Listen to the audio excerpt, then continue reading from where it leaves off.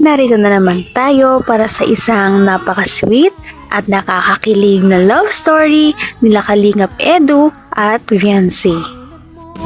Ay aking makilala. Sa pagpapatuloy ng kanilang love story ay pumunta na naman sila Kalingap Rab at ang Kalingap team sa bahay nila Viancy. Kahit alam nila na napakadelikado ng kanilang lugar ay talagang pumunta pa rin sila at bonus ay kasama ngayon si Dr. Gab. Kahit na napakasama ng panahon ay sinikap pa rin nila na puntahan si Viancy at ang kanyang pamilya upang mabigay ang mga tulong galing sa mga sponsors. Kahit na napakasama ng panahon, umuulan ay todo pa rin sila sa pagbitbit ng mga gamit papunta kay Viancy. Kasama dito si Kalingap Edu.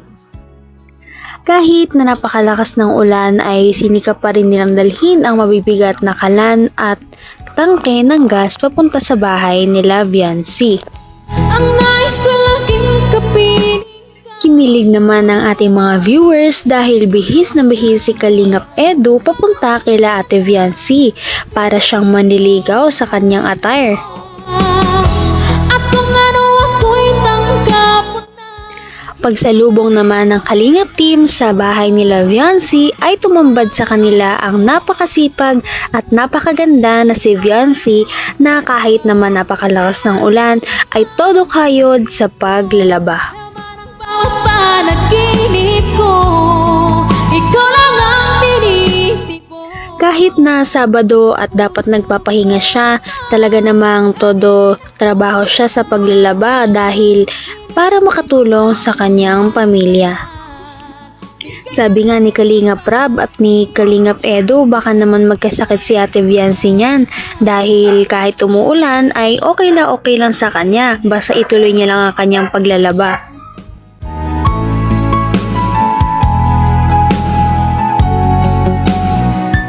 Hindi na nga pinatagal ni Viancy ang Kalingap team sa labas at agad-agad niya itong pinapasok dahil nga sa bumubuhos na ulan.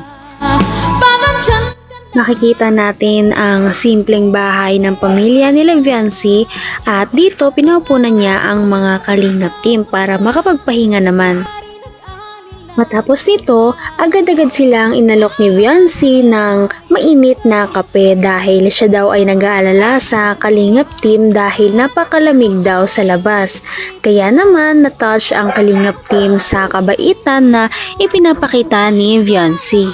tinitipok ng puso ko ito. Lagi rin akong nagdarasal, hinihintay kita. Humanga na naman ang viewers sa taglay na kabaitan ni Viancy na siyang pinagmamalaki talaga ng kanyang pamilya. Kaya naman hindi na nakakapagtaka kung marami talaga ang mga gustong mag-sponsor sa kanya o mga sumusuporta. Talaga namang nakaupo lang si Kalingap Edu ngunit nakangiti siyang nakatingin kay Viancy dahil siguro humahanga siya sa kabaitan nito at sa ugaling pinapakita niya.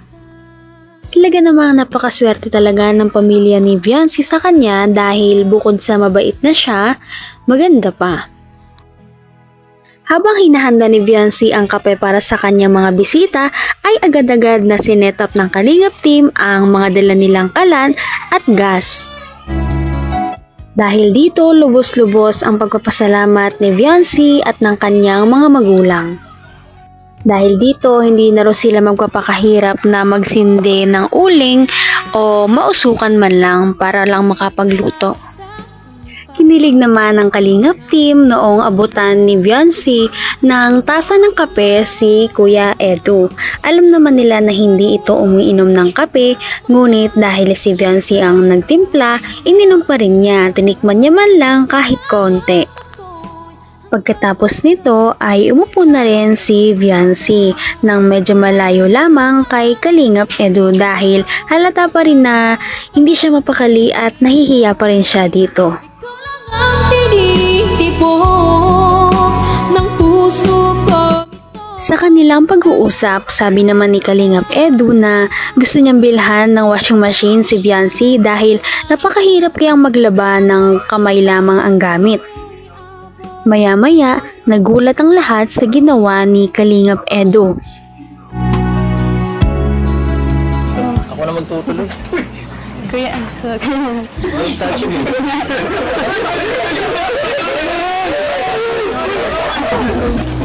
Tama ba ang ginagawa ko? Huwag na po kuya, it's ako po ang ano. Ha? At ano? Dapat nagpapaya ka, may sakit ka ba lang? Hindi po. Ano Ha? po, it's... At ano? Kinilig ang lahat, pati ang Kalingap team sa mga nangyari dahil si Kalingap Edu ay biglang tumayo at nilabhan ang mga labahin ni Ate Viancy.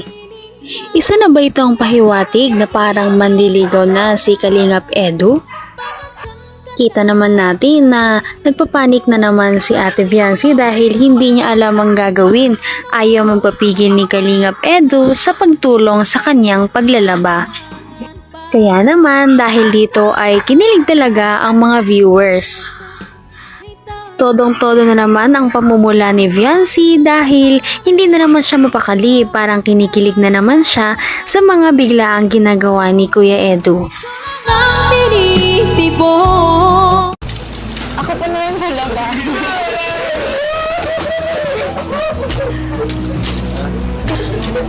Lahat yata ng manonood at ang Kalingap team na nandoon ay talagang kinilig dahil ito ang unang pagkakataon na hinawakan ni Ate Viancy si Kalingap Edu.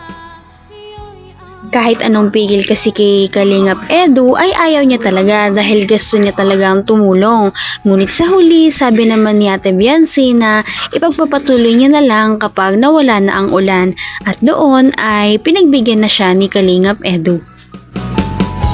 Ang nais ko laging Ano? Napaka-helpful ko talaga, no? Bakit maglalo pa ng ganito?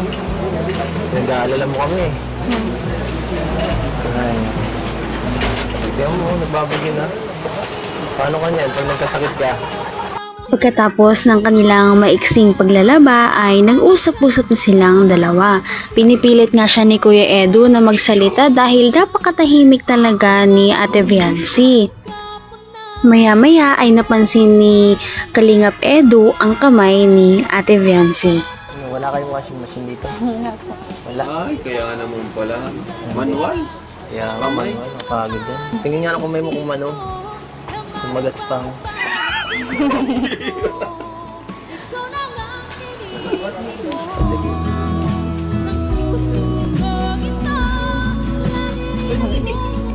grabe nga.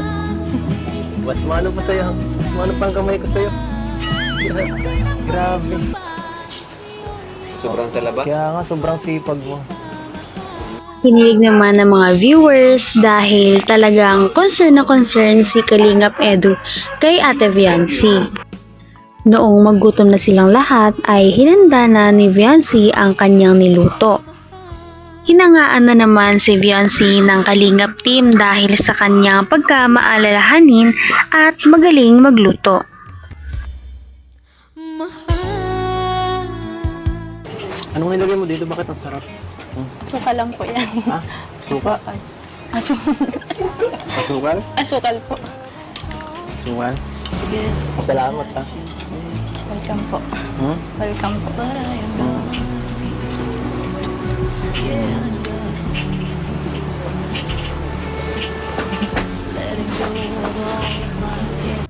Plus points na naman si Ate Viancy dahil sa kanyang cooking skills.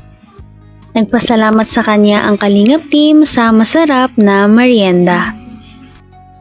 Nag-usap pa sila ng kung ano-ano mga bagay, ang kanilang mga pamilya at dumating sila sa point na nag-usap sila kung ano ang kanilang mga paboritong pagkain. Sabi naman ni Kalingap ay sana next time ay paglutuan din daw siya ni Viancy ng kanyang paboritong tinola. Ano, okay?